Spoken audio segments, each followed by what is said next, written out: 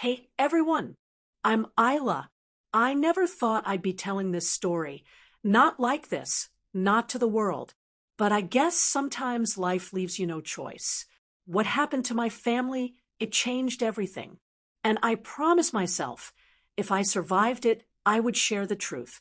So, here it is, the night everything fell apart. I grew up in a house that smelled like warm bread in the mornings and coffee in the evenings. My parents ran a small but respected bakery in our town. Our life wasn't extravagant. We didn't have fancy cars or designer clothes, but we had love, laughter, and the kind of peace money can't buy. I had a brother, Denial, who was 3 years older than me. He was my protector, my partner in mischief, and my secret keeper. Our life revolved around the bakery, family dinners, and the small circle of people we trusted. One of those people was Uncle Ramiz. He wasn't really my uncle, not by blood, but he had been close to my family for as long as I could remember. He was charismatic, always ready with a joke or a kind word, and my parents trusted him with everything, their business, their plans, even their money. At first, nothing seemed out of place, but I guess life has a way of revealing the truth in the most unexpected ways. It started with little things: missing files, delayed payments, strange phone calls my parents would answer and immediately hang up. I noticed Uncle Ramiz spending longer hours at our bakery office, working late into the night. My parents said it was fine, that he was helping them out, but something in my gut told me otherwise. I tried to ignore it, thinking I was just imagining things. But then, the night came that changed everything. It was a Thursday, or at least I think it was. I remember because Denial had stayed late at a friend's place, and it was just me and my parents at home. The bakery had closed for the day, the oven was off, and the smell of freshly baked bread lingered in the kitchen. I was in my room, scrolling through my phone, when I heard the front door slam. At first, I thought it was the wind, until I heard voices. Police! Open up! My heart froze. Police? At our house. I ran to the door. Outside, 2 officers were standing, and behind them, a crowd had gathered. Curious neighbors, staring, whispering. My mother's face turned pale. My father stepped forward, trying to calm the situation. "What's going on?" my dad asked. "You're under investigation for fraud," one officer said. His tone was cold, professional. "We have reports that your business has been involved in illegal transactions. We need to see all your documents immediately." I stared at him, confused, terrified. "Fraud? Our bakery?" My dad shook his head, protesting, showing them invoices, receipts, everything, but the officers ignored him. My mom clutched my hand, tears streaming down her face. And then I saw him, Uncle Ramiz. He was nowhere to be found. The one person we trusted the most had disappeared. I didn't understand it at first. How could this happen? How could someone we loved, someone we thought was family, betray us like this? My dad tried to make calls, but every number he dialed went straight to voicemail. Our accounts had been frozen. Payments had bounced. The bakery, our entire livelihood, was in danger. I remember standing in the middle of the chaos, shaking as my parents were questioned, the officers taking documents, and neighbors staring. I wanted to scream, to cry, to do something, but I couldn't. I was frozen. That night, we sat in our living room, the weight of the world pressing down on us. My mom cried silently. My dad stared blankly at the wall, and I felt something awaken inside me. I wasn't going to let this go. I couldn't. Not now, not ever. I started piecing things together in my head. Uncle Ramiz had been too friendly, too helpful, always there when we needed advice, always offering solutions. And now all of it had been a lie. I didn't know why yet, but I knew one thing. He had done this intentionally. He had destroyed our family. And I promised myself I would find out why. The next few days were a blur. Denial returned from his trip as soon as he could, and seeing him break down for the first time shook me to my core. My parents were trying to fight, but without evidence, they had no case. And the worst part, we had no idea where Uncle Ramiz was. It was like he had vanished into thin air. I couldn't sleep. Every night, I went over every memory, every interaction. The smiles, the advice, the late-night talks, were they all lies? I started keeping a notebook, writing down anything suspicious. Phone calls I overheard, messages, small details that didn't add up. And that's when I realized if I wanted to save my family, I couldn't rely on anyone else. I had to do it myself. I started small. I went to the bakery office when no one was looking, checking files, invoices, anything that might explain the sudden accusations. At first, there was nothing. Just papers, receipts, numbers that didn't make sense. But then I found it, a set of documents that weren't ours. Signatures that looked eerily familiar, transfers that we had never authorized. My blood ran cold. Uncle Ramiz had forged everything. Every single piece of evidence pointing to fraud had his fingerprints all over it. And just like that, the anger hit me. Not the kind of anger you feel when someone cuts in front of you in line, the deep, burning anger that fuels a fire you can't put out. I clenched my fists, my mind racing. I had to do something. I had to fight. But I knew I couldn't go to the police yet. Not without proof. Not without a plan. Uncle Ramiz had covered his tracks too well. If we made a wrong move, it could destroy us completely. That night, I sat in my room, staring at my notebook, planning my next move. Every thought was strategy. Every memory of Uncle Ramiz's betrayal fueled my determination. I knew one thing for certain. I wasn't going to be a victim. I wasn't going to sit silently while my family suffered. And so my journey began. The first step was simple: find evidence. But little did I know, the path I was about to take would be filled with secrets, danger, and revelations that would change me forever. I didn't know what Uncle Ramiz wanted or why he had done this, but I knew one thing: I was going to find out. And when I did, the world would know the truth. This was the night everything fell apart, the moment I realized that life as I knew it was over. But it was also the night that my journey of revenge, justice, and truth began. Because sometimes revenge isn't about hurting someone. It's about standing up, finding the truth, and making sure the world sees it. If you watched, you know how everything fell apart for my family, our bakery, our peace, our trust, all shattered in one night. But what happened next? That's when the real fight began.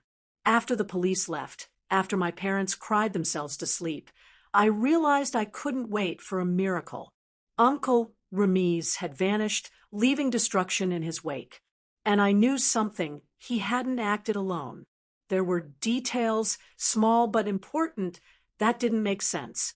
And if I wanted my family to survive, I had to uncover every hidden secret. So I started.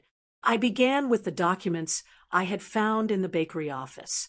At first glance, they seemed like ordinary invoices and bank statements. But when I looked closer, patterns began to emerge. There were repeated transfers to accounts that weren't ours, signatures that were eerily familiar but slightly off, and stamps I had never seen before. I took pictures of everything with my phone, every page, every number. I knew I had to document it, because if I ever confronted anyone, I needed proof. Then came the calls. My parents tried contacting Uncle Ramiz's known associates, but all numbers were disconnected. Even people who had known him for years claimed they hadn't seen him. It was like he had disappeared from the face of the earth. But I refused to believe that. People don't vanish completely, especially not someone with connections, power, and a motive as strong as his. One night, As I sat in my room analyzing the documents, my phone buzzed. It was Denial, my brother, who had returned from the city where he had been working. His voice was shaky, but there was a spark of hope. Isla, I think I found something, he said. I leaned in, heart racing. I was checking the financial records from the bank. There are transfers from our account to multiple companies Ramiz set up. He's been siphoning money for months.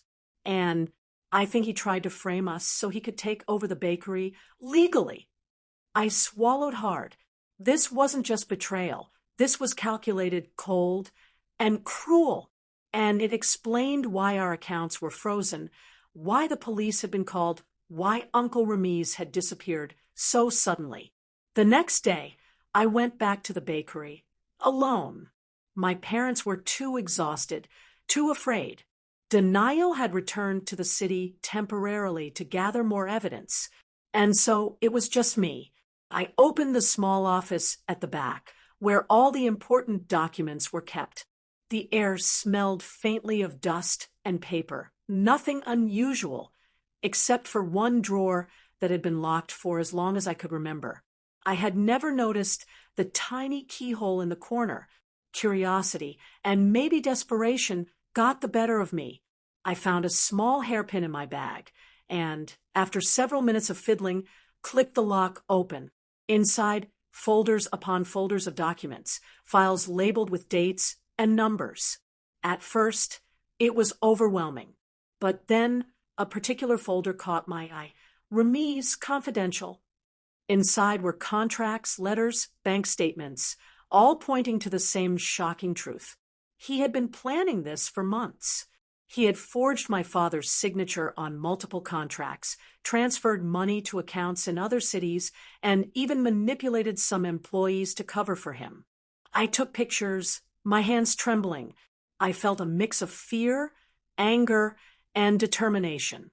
This was it. This was the evidence I needed. I knew I couldn't confront him directly. Not yet. Uncle Ramiz was smart, connected, and dangerous in his own way. But I could start small. If I leaked tiny, anonymous hints online, maybe someone who knew him would notice. I created a secret account and started posting. Small things at first. Trust can be deadly. The ones who smile the most sometimes betray the hardest.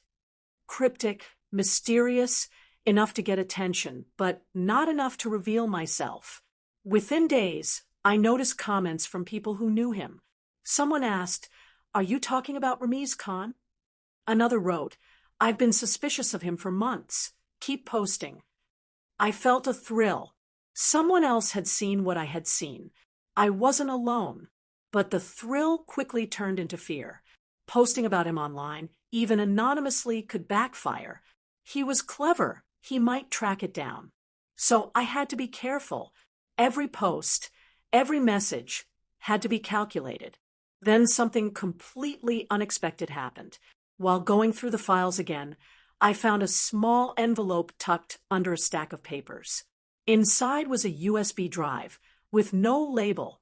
My hands shook as I plugged it into my laptop. The drive contained recordings, audio conversations between Uncle Ramiz and someone I didn't recognize. I listened carefully. He was planning the fraud, coordinating transfers, discussing how to manipulate our accounts. But there was a detail I hadn't expected. He mentioned someone helping him from within our own family network. I froze. Someone from inside, helping him betray us? I needed answers, but I didn't know who I could trust. A few days later, my cousin Hira came over. She had always been close to me, a kind, quiet girl, always ready to listen.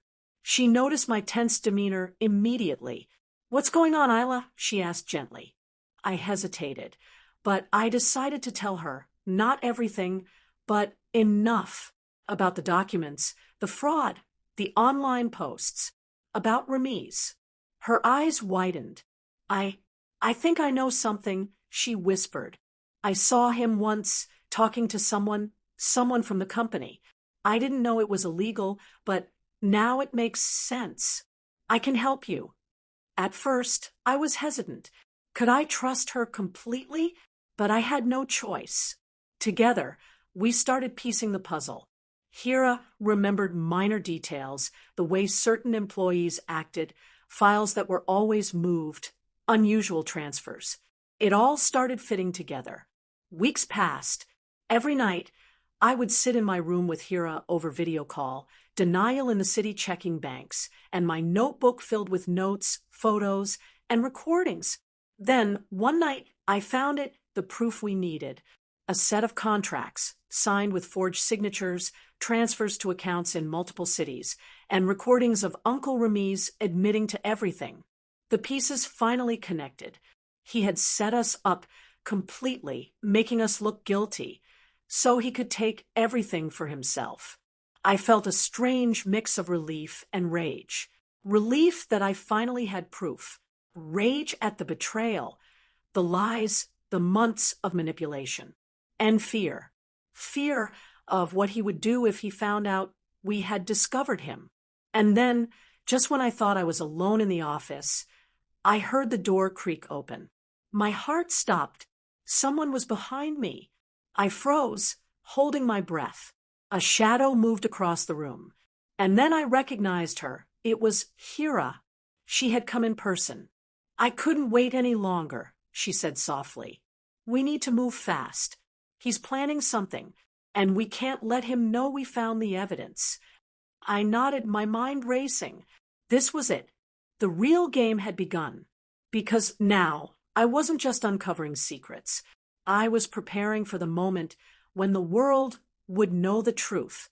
If you've been following my story, you know by now what happened to my family. Our bakery was destroyed. Our trust was shattered. And the person we loved the most betrayed us. But now, things are starting to move. Things are starting to get interesting. After weeks of collecting evidence, documenting transactions, listening to recordings, and connecting every single dot, I realized something crucial. I had the truth on my side.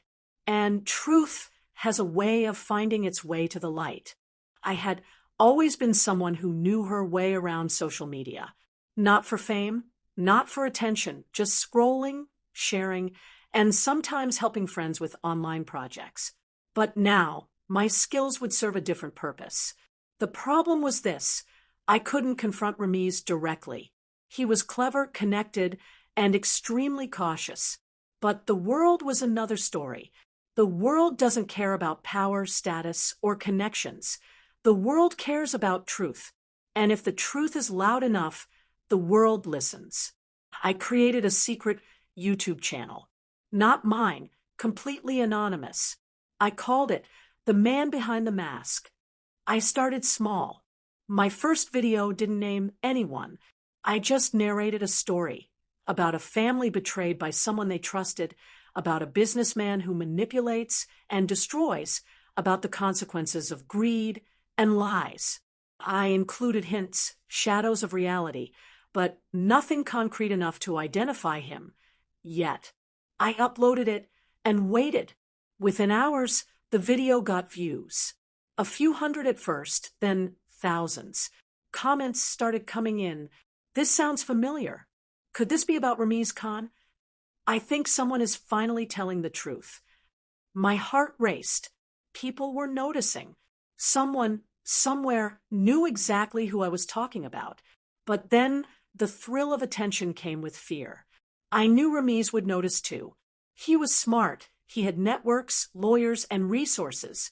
If he traced this back to me, the consequences could be catastrophic. I decided to be careful. Each video had to be precise. Each word had to hit the right spot. I wasn't just exposing him. I was building a case, creating a storm that he couldn't. While going through old office files one evening, Hira called me. "Isla, I think I found something else. Something huge," she whispered, excitement and fear in her voice. I rushed over to her place, and she showed me a folder of emails and messages, communications between Ramiz and a high-ranking business associate. They weren't just fraudulent transfers anymore. These messages revealed a network, a system of deception spanning multiple cities. This can bring him down completely. Hira said. I nodded, realizing the gravity of what we had. We weren't just fighting for our bakery anymore. We were fighting to expose a man who had built a house of lies affecting countless families. I had been listening to the USB recordings over and over, every conversation, every whisper, every subtle hint of his plans. I realized something important. Ramiz didn't just betray us. He underestimated us. I decided to use the recordings in my next video. I edited them carefully, cutting the incriminating parts while keeping his identity hidden. The narrative was clear. A trusted man manipulates a family, steals their life, and believes no one will notice. I uploaded the video late at night. I called it Episode 2, The Betrayal Within. Within hours, it went viral. Tens of thousands of views. Comments flooded in. People were angry, shocked, and intrigued. Some even reached out with tips, saying they had seen Ramiz acting suspiciously in other places, providing small pieces of the puzzle I didn't yet have. I felt a surge of hope. Finally, the world was starting to pay attention. A notification popped up on my phone. A message from an unknown number. Whoever is trying to expose me, stop before it's too late. My stomach sank. He knew. Somehow he knew. And now he was warning me, threatening me. But fear wasn't going to stop me. It never had. This was bigger than me, bigger than my fear. This was about justice, about truth, about my family. I showed the message to Hira. She looked worried but determined. He's afraid now, she said softly. That means we're winning. I kept posting. Every video added a new layer to the story. Clues about fraudulent contracts, fake bank accounts, hidden companies, hints about manipulations, forged documents, and betrayal. Each video was anonymous, precise, and backed with evidence from the files, emails, and recordings we had collected. People were paying attention. Journalists started noticing. Even some of Ramiz's business associates began questioning his actions. The tide was turning, but with attention came danger. Ramiz wasn't going to sit quietly while his world crumbled. I started noticing cars following me when I went out. Strange people loitering near my house. Calls with no one speaking on the other end. It was intimidating, but I refused to back down. One day, while analyzing bank statements, Denial called me excitedly. Isla, listen to this. The bank froze Ramiz's accounts. Some of the companies he used for transfers are under investigation. He's panicking. I couldn't believe it. Our plan, our small but determined exposure, was working. The system was finally responding. And yet, I knew the hardest part was still ahead. He wouldn't go down without a fight. If you've been following my story, you know by now how everything started. Our bakery destroyed, our family betrayed, and the man we trusted most turning against us. But now, things are reaching a point where the truth can no longer be hidden. And trust me, it's about to get real. Weeks of gathering evidence, posting videos, and carefully documenting everything had brought attention to Ramiz. People were noticing. Authorities were noticing. And he was panicking. But now, I had to take it further. I had to make sure justice didn't just start, it had to finish. I knew we needed professional help. Evidence alone wasn't enough. We needed someone who could navigate the legal system and protect my family. I reached out to a lawyer I had heard of through a friend. She was young, sharp, and willing to take pro bono cases if she believed in the cause. Her name was Ms. Sanaa. She listened carefully as I explained everything, showing her the USB recordings, the contracts, the bank statements, and even my social media videos. This is solid, she said. We have enough to reopen your family's case and expose Ramiz legally. But you have to be careful. He's dangerous, and he knows someone is against him. I nodded. I had anticipated that. We weren't just fighting fraud. We were fighting a man who believed he was clever. With Ms. Sanaa's guidance, Hira, denial, and I started planning the final move. We couldn't just post another anonymous video. We had to make it undeniable, structured, and impossible for Ramiz to escape.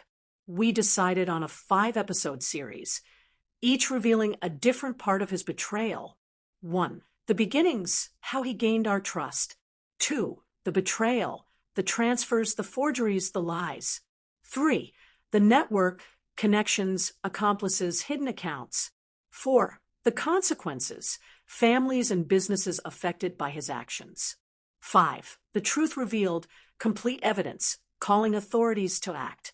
Each video would include visual evidence, recordings, photos, and documents edited to hide personal details, but fully exposing his crimes. We started releasing episodes, slowly, one every few days. Episode 1 went live anonymously. Within hours, it was trending. Comments poured in. "This is insane. I can't believe he did this. I think I know this story. Is this Ramiz Khan? The truth has to come out." By episode 3, people were sharing screenshots of bank statements and documents, connecting the dots themselves. The momentum was unstoppable. Ramiz tried to respond. He sent threatening emails, hired people to remove videos, and even attempted to bribe some local contacts. But the evidence was too strong, the public attention too overwhelming. His every move was being tracked, documented, and exposed further. Meanwhile, denial had returned from his city. He brought more evidence. Emails from Ramiz discussing fraudulent transfers in other states, recordings of his own employees admitting to following Ramiz's orders, and details of companies he had secretly acquired. Together, we compiled everything. Every document, every email, every recording, organized, verified, and ready for the authorities.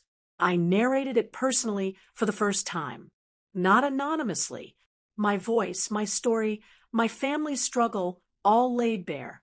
I presented the documents, showed screenshots of bank transfers, recordings of Ramiz's plans, and evidence of his accomplices. The video went viral in hours. Tens of thousands shared it. Journalists reached out. Authorities reopened our case immediately. And for the first time in months, my family felt hope. Ramiz didn't know what to do. He tried to flee the city, then the country. He contacted lawyers, friends, anyone who could help him escape the consequences. But it was too late. Every step, every move was already documented. One morning, I got a call from the local authorities. "Miss Ayla, we've located Ramiz. He's at the airport attempting to leave. He's being detained immediately." I couldn't believe it. Justice was finally catching up to him. It wasn't about revenge in the way most people think. I didn't hurt him. I didn't threaten him physically. I didn't ruin him illegally. What I did was expose the truth. And the truth has a way of punishing deception on its own. My family's bakery was still closed, our lives still disrupted, but for the first time in months, we could breathe. The fight wasn't just about money. It was about dignity, about proving that betrayal doesn't go unnoticed. And as the news of Ramiz's arrest spread, people began sharing similar stories. Victims who had been silenced for years were speaking out. My YouTube channel, now public, had thousands of subscribers. People were watching, learning, and being inspired by the story of standing up for truth. The final part of my story, if you've been with me from the beginning, you know how it all started: a family betrayed, a business destroyed, and a man we trusted most turning against us. But today, I want to tell you how it ended, and more importantly, what I learned along the way. After episode 5 of our YouTube series went viral, things moved fast.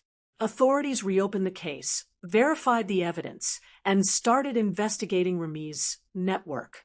Within days, it was confirmed. He had forged documents, manipulated accounts, and siphoned funds. Multiple companies were involved, with accomplices unknowingly aiding him. Families and businesses across the city had been affected by his schemes. Ramiz was formally arrested. The authorities ensured he couldn't escape, and the legal process began. It wasn't about revenge through harm. It was about truth, justice, and accountability. Seeing the system work finally gave me a sense of relief I can't describe. The next step was rebuilding what was ours. With the evidence, our bakery's accounts were unfrozen, contracts reversed, and our reputation slowly restored. The first day back at the bakery was emotional. My parents couldn't stop smiling through tears. Denial hugged me tightly, his pride and relief evident. And I felt something I hadn't felt in months. Hope. We cleaned, reorganized, and reopened the bakery to our loyal customers. People came not just for bread and pastries, but to show support for a family that had stood strong through betrayal. Looking back, I realized that the real revenge wasn't in hurting Ramiz. It was in standing up for my family, uncovering the truth, and making sure the world knew it. I had doubted myself. I had feared for our safety. I had wondered if exposing him would make things worse. But every step collecting evidence, posting videos, collaborating with Hira, working with Denial, and Ms. Sanaa led to this moment. Truth, when wielded wisely, has more power than any scheme or deception. There are lessons I'll carry forever. 1. Trust carefully but never blindly. People may hide their true intentions, even those closest to you. 2. Knowledge is power. Collect facts, document everything, and stay patient. 3. Revenge through truth is the strongest. You don't need to hurt someone to hold them accountable. 4. Family is everything. No betrayal is permanent if your family stands together. Months later, our bakery thrives again. Denial and I manage the business with my parents, stronger and wiser than before. Hira continues to help with legal updates and community outreach, making sure other victims of similar frauds have guidance. My YouTube channel, which I eventually revealed publicly, grew beyond anything I imagined. People thanked me for showing courage, for proving that even one voice can make a difference. And me, I finally feel at peace. I no longer obsess over what Ramiz did. He is facing the consequences. My focus is on building, creating, and protecting what is ours. So here's the truth I want to leave you with. Revenge isn't about anger. Revenge isn't about hurting someone. Revenge, the kind that lasts, the kind that matters, is about standing up, revealing the truth, and reclaiming your life. I told my story not just to share what happened to my family, but to show that courage, intelligence, and persistence can overcome betrayal. If you ever feel powerless, remember this: truth is your weapon, and the world has a way of listening when it matters most. Our house, our bakery, our lives, they have risen again. And so can yours, no matter what challenges come your way.